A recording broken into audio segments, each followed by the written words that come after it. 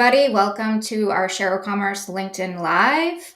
I'm excited to be talking about ADA compliance and SEO today. We are your e-commerce experts, so we like to talk about a lot of different topics that can help you grow your online business and learn about anything e-commerce specific. And we have a guest from UserWay joining us today, and our technical lead that's going to talk about how Shero attacks or implements ADA compliance and SEO.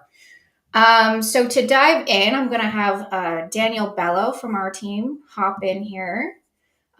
He's going to start off by talking about how we create practical steps for our customers to measure ADA compliance and kind of dig into some of the specifics.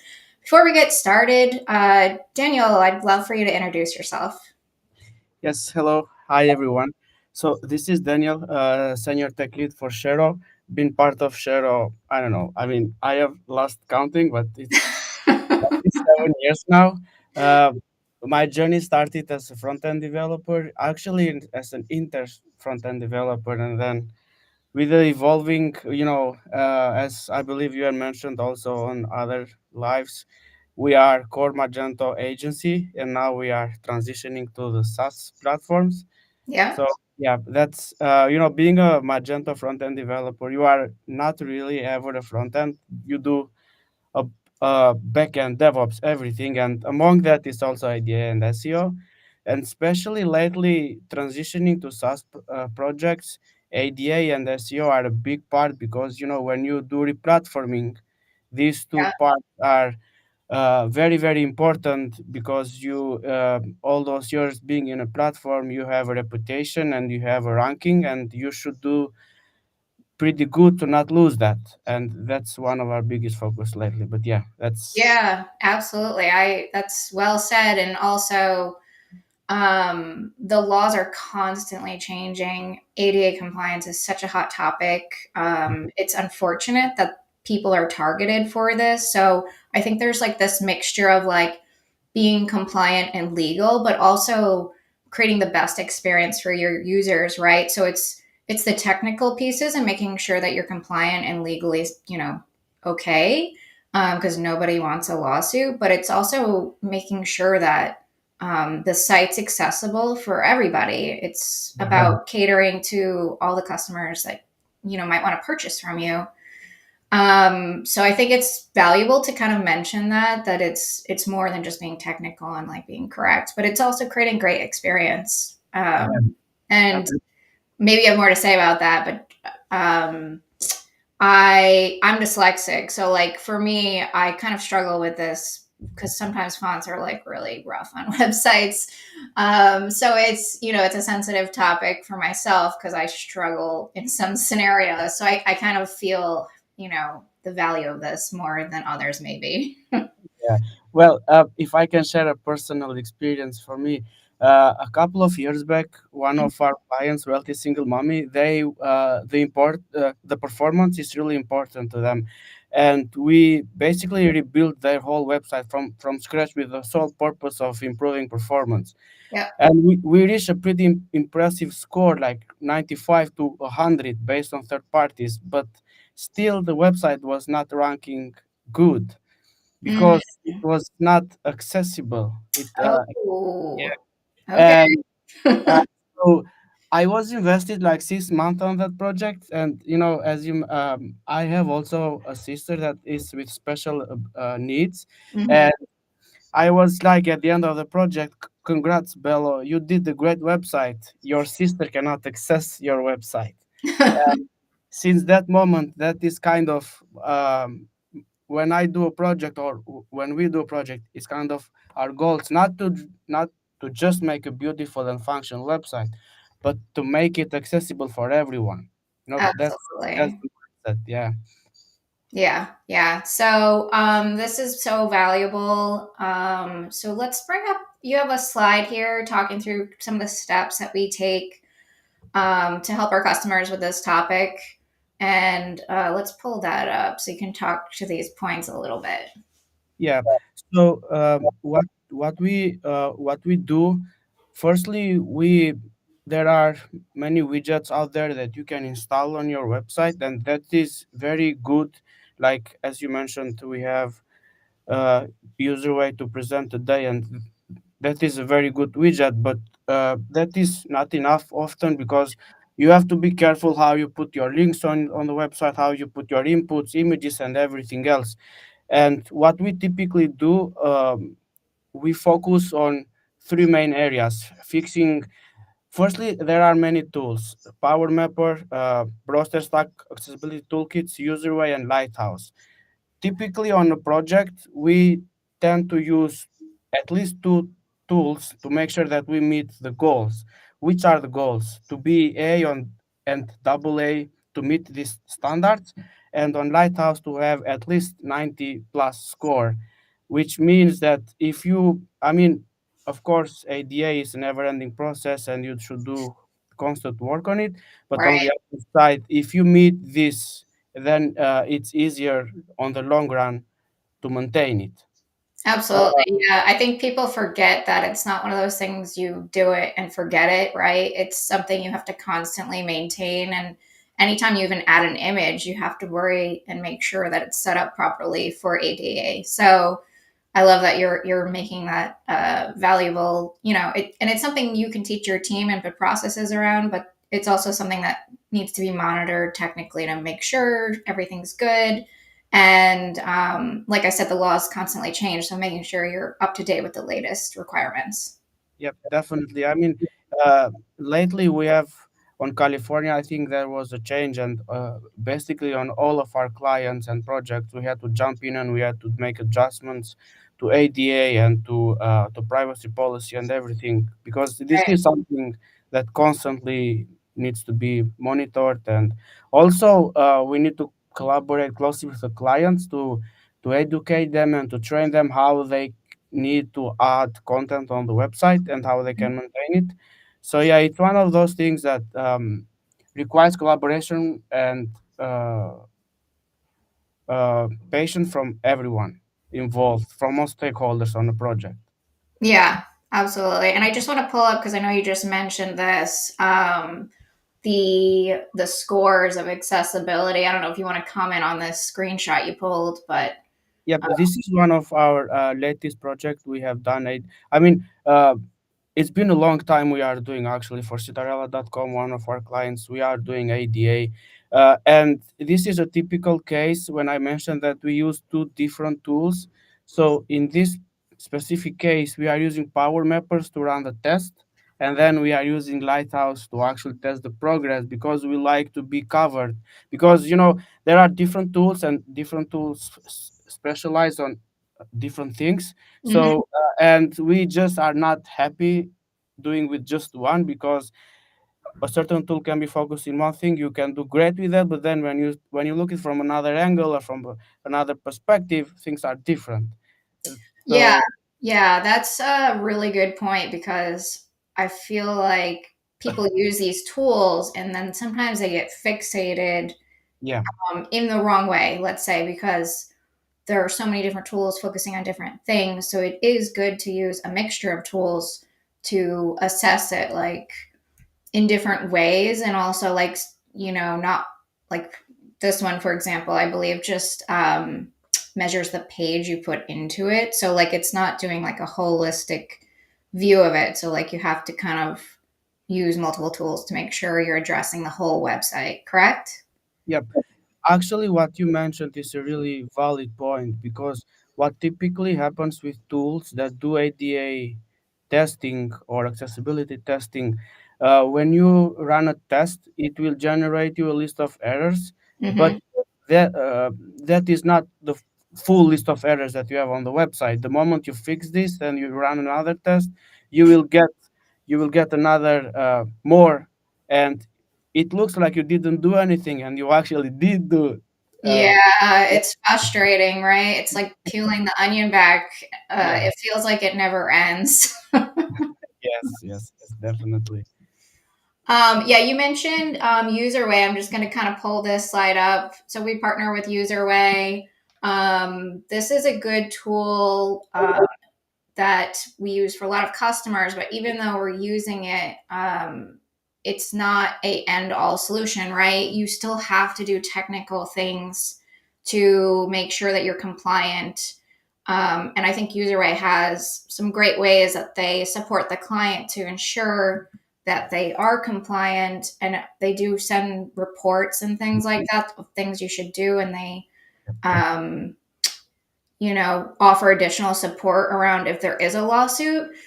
Um, but it's you still have to do stuff technically. I don't know if you want to mention anything about that. Yeah, because actually that is a really good point because very often different clients think that if they put a widget they are covered, and that is Right. not really the case. And as we talked in the beginning, this is not just a matter of a lawsuit. It's more than that, to make the website accessible and to make what we are talking more clear. I'm gonna go to the mega menu, for example. If you have a mega menu on the website and you don't have roles specifically like tab list, tab, or menu and menu item, if I am a person that I cannot see and I have a keyboard for this purpose, when I uh, try to navigate on the website and on the menu, even with UserWay, with other widgets, I will not be able to realize what is the main category, what is the subcategory, etc. I will not be able to navigate it. Or if I have a link and it doesn't have an area label, I don't know where this link take me to, and this is not something a widget can help you with because the widget doesn't know too. So Yeah. are these small details that are a lot, but these make the difference at the end of the day. Yeah, absolutely. I had this weird bug on my phone once where it went into that mode. And I've suffered as the end user of websites that didn't have that set up properly, and it is very frustrating. So I completely hear you and agree. Yeah. And definitely, there's a lot of people that need to use the website in that way. So that's super helpful. And unfortunately, I'm just getting it up. Oh, here. Okay, he is here. So we have Dr. Lionel Wolberger, the COO of UserWay, that's going to hop in and join us here. And he can actually talk in more detail about UserWay. Thanks for getting us started, Bello. Welcome, Lionel. How are you doing today? Oh, great. I'm really excited to be here. Awesome. Thanks so much for joining us. We're just kind of getting warmed up and started talking about some technical aspects of ADA compliance. But I'm sure the crowd would love to hear about what you do at UserWay and what UserWay does to help their customers with ADA compliance. Sure. The ADA has been enforced for almost 30 years. And in that time, the world became more and more digital. So today, websites as well need to conform, which means not posing barriers to people who have disabilities. Right. We're used to seeing websites. We're used to, I'd say most people are sighted just statistically. And so they use their mouse or their pointer to position and to use a website. Well, the blind person has the site read to them. And so there are ways to build your site so that with no extra effort needed, a blind person could do that. Right. Yeah. Yeah. We were just kind of talking about that from a technical aspect. So I'm glad you started there. We also kind of touched on, I mentioned briefly about how UserWay supports beyond like the experience, but what happens if your customer ends up in a lawsuit, or how do you prevent that for them? Like, what do you do proactively? Like, from my understanding, you do reports and stuff like that. Can you kind of talk through any of that aspect for our e-commerce customers using your service? Sure. Yes, there are thousands of lawsuits. There are hundreds per week, and lawsuits are just the tip of the iceberg. Right. There are 5 or 10 times as many complaint and demand letters. So the best cure is to avoid it in the first place, as you Yep. basically hinted. Build it right, build it from the start, and get an accessibility provider like UserWay to help advise you on that. Because unfortunately, it's a little complicated, and Mm-hmm. so you need somebody who knows what they're doing. You need an expert. And so you get a provider like UserWay, and then they can go over your site. They can do what's called an audit. Mm-hmm. Another simple thing you can do is add automation, like the UserWay widget, which is the world's most popular one, where it's on over 1 million websites, to immediately announce to your end users, we care about disability. We're offering you the ability to change the font, change the contrast. And those are simple steps that you can take to avoid, as you said, a lawsuit.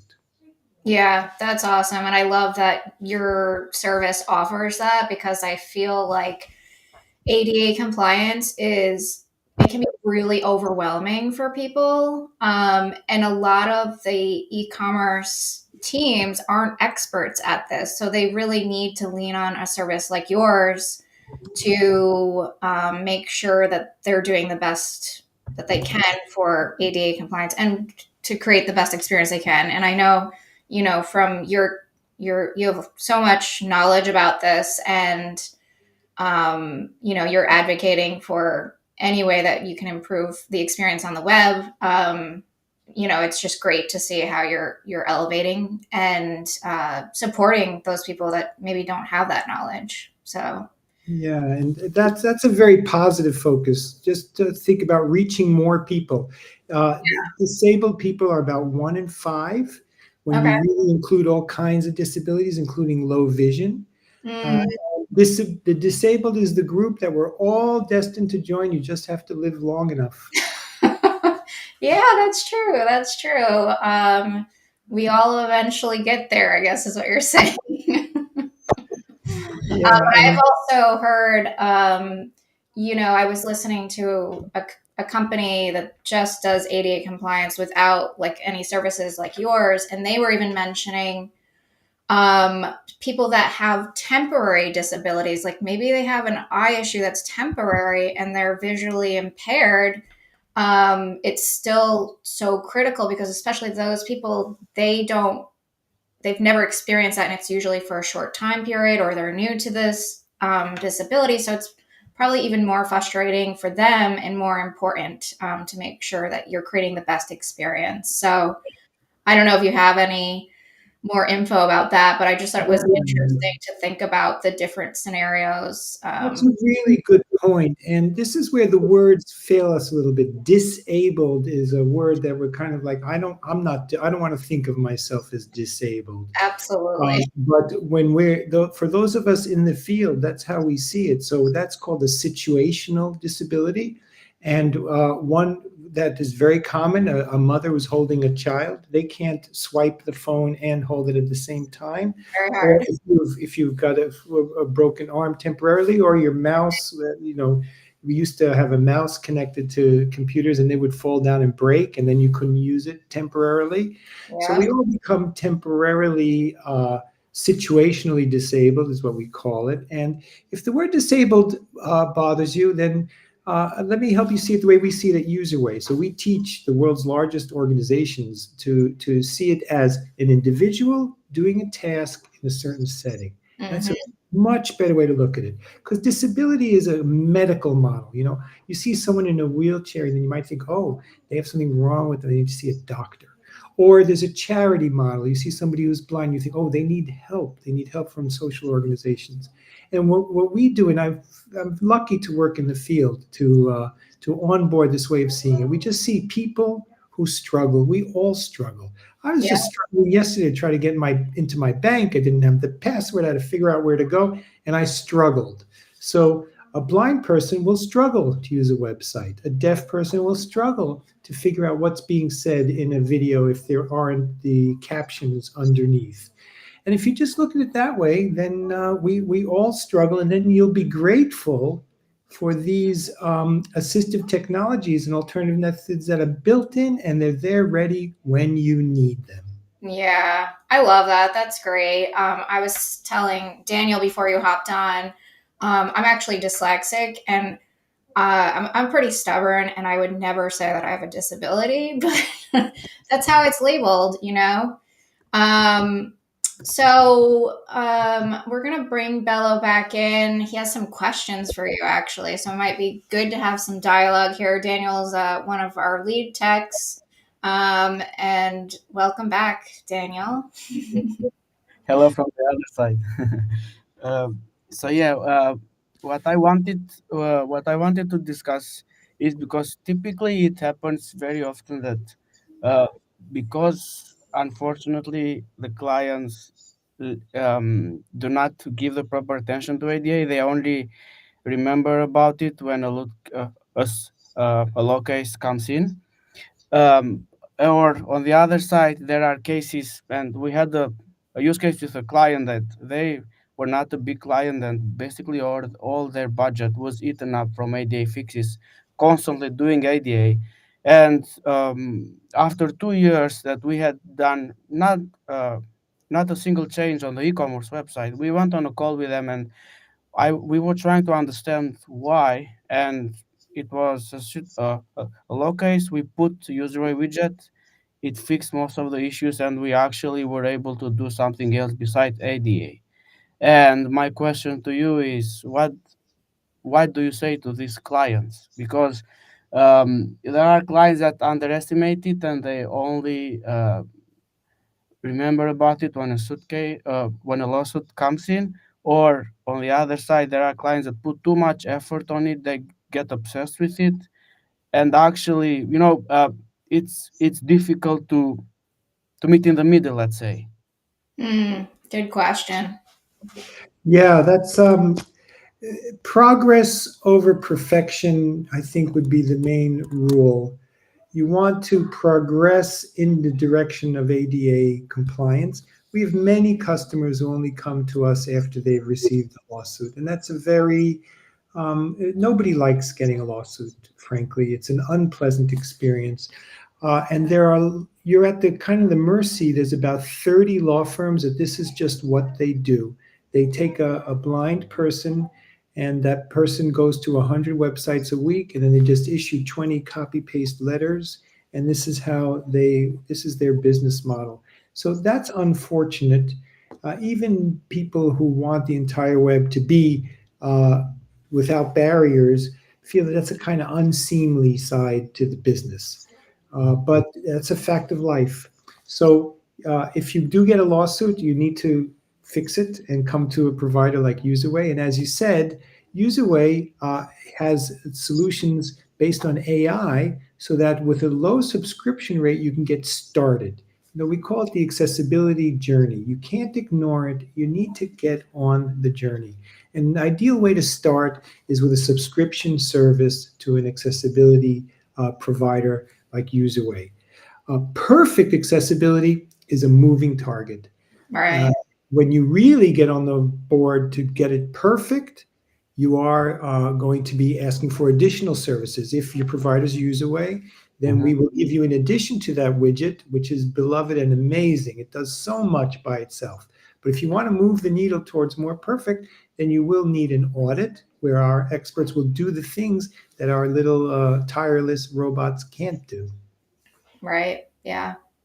Where do you see the future going? Because I've heard that the laws are going to continue to change. I mean, is this just like literally a moving target that we just have to keep up with? Like, what are you doing in your business? Or like, you know what I mean? It must be challenging for yourselves even. The web is so dynamic. I mean, as you know, when you work with your clients, technology is changing every month. The Right.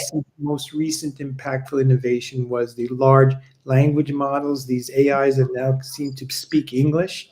Yep. And the challenge with them is to really read what they're saying because they sometimes don't get it right. Yep. So we expect everything to just continue developing at a blindingly fast rate. And that's why UserWay automates everything. We want to solve accessibility at scale.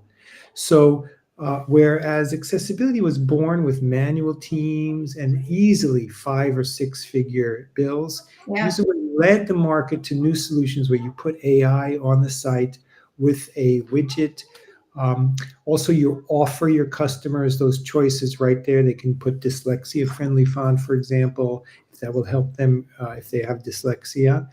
And we see that this is the way forward because the dynamic web will never stop. It will just keep changing and Right. changing. And soon we have AR and VR. Our Right. Absolutely. and Yeah. what's called ubiquitous computing. So I wear an Apple Watch. By the way, when I joined this a little late, I got the notification on the watch, and so though that has to be accessible also. So Right. that's our perspective. That everything's very dynamic, and we need to continually keep making progress. Nice. Thank you for answering that. Daniel, you have one more question, I think.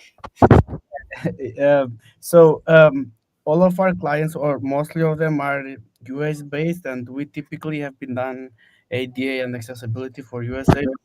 I was reading an article because in Europe this was, and it is not actually a big thing yet, but I have seen that different states are going to put it as well. And the laws are very different between the two continents. How do you adapt to that? So it is a global movement towards making sure that there are not barriers for people who have disabilities. And the United States did lead with the ADA. It's, as we said, 30 years old, but the EU is catching up very fast. Right. Now, we'll have a little bit of alphabet soup for a moment, but so what you end up happening is law, and then you have standards that the law points to. So in the United States, you have the law, the ADA. You also have Section 508. Those are laws, and these laws then so the law says your website cannot discriminate. Then you say, how do I do it? And there's a standard, the WCAG, which is written by the W3C, on which, by the way, I serve. I'm a chairman of an accessibility committee there. I've helped write the WCAG. So I'm very aware of this hand in hand. Now, in Europe, there is EN 301-549, which is basically WCAG. So if you want to keep it simple, WCAG is the standard. And the laws are catching up very quickly. Now there's the European Accessibility Act, which requires every country in Europe to read that act and translate it into local law. So we at UserWay track these things. So you have laws in German. Italy has been a leader. France did what's called the transposition. They take the European Commission and they transpose it into French law, because in the end, if you live in France, you're bound by French law. Right. So there is this alphabet soup. There's the EAA. There's other things. But to keep it simple, the WCAG, thank goodness, is pointed to almost universally around the world. And finally, it is very global, and it's the United Nations itself that has the Declaration for the Rights of People with Disabilities. And that's one reason why we're seeing it now coming into Europe by June of next year. And India is forming laws. Even in China, the Communist Party has laws. So this is the trend. Wow. Okay. Well, that's it's good to hear though that they're thinking of people with disabilities, and because it is important, and just creating the best experience and putting some rules around that. And like anything, a lot of things are used in a good way, or they can be manipulated, let's say, with the lawyers that just want to make a buck. So you're going to get that in a lot of industries, unfortunately. But we like to think of it as creating the best experience we can for our users. So I think UserWay has the same philosophy, it sounds like. Awesome. Well, this has been so great, Lionel. We really appreciate you hopping on here today. It's been very helpful, and we appreciate your time. Sure, thank you. It's exciting that more people will turn on. We want accessibility on by default, and an easy way to do that is with UserWay. Awesome. Okay. Any final remarks before we wrap up today? I would just say this direction is really amazing, and if you can ask somebody, just try to use your website without using the mouse. Just try it. Right. Use the keyboard. That's one way to find out if you are accessible. Yeah, that's a great tip, and it's so practical. Anybody could do that. Awesome. Well, we really appreciate it. We're going to wrap up here today. We will be at Shop Talk at the end of the month, and our next LinkedIn Live is on March 21st. We'll be talking about women in tech. And I want to thank Daniel for joining us. It was great to have the conversation about ADA compliance. And I hope you all have a great day. I'm Beth Shero. Always be learning.